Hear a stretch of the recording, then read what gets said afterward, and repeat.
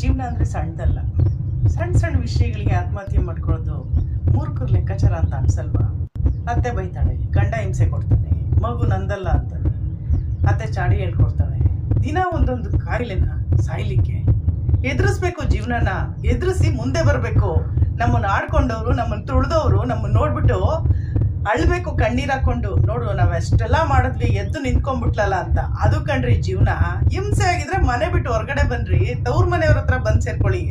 ಇಲ್ಲ ಸರ್ಕಾರದಿಂದ ಅವಕಾಶ ಇದೆ, ಯಾರು ದಿಕ್ಕಿಲ್ಲದವ್ರಿಗೆ ವಸತಿ ಸೌಲಭ್ಯ ಇದೆ, ಅಲ್ಲಾದ್ರೂ ಹೋಗಿ. ಅಲ್ಲೂ ಆಗ್ಲಿಲ್ಲ ಅಂದ್ರೆ ಒಳ್ಳೆ ಸ್ನೇಹಿತರ ಹತ್ರನಾದ್ರೂ ಸೇರ್ಕೊಳ್ಳಿ. ನಿಮ್ಮ ಕಾಲ ಮೇಲೆ ನೀವು ನಿಂತ್ಕೊಳ್ಳೋಕೆ ಪ್ರಯತ್ನ ಮಾಡಿ.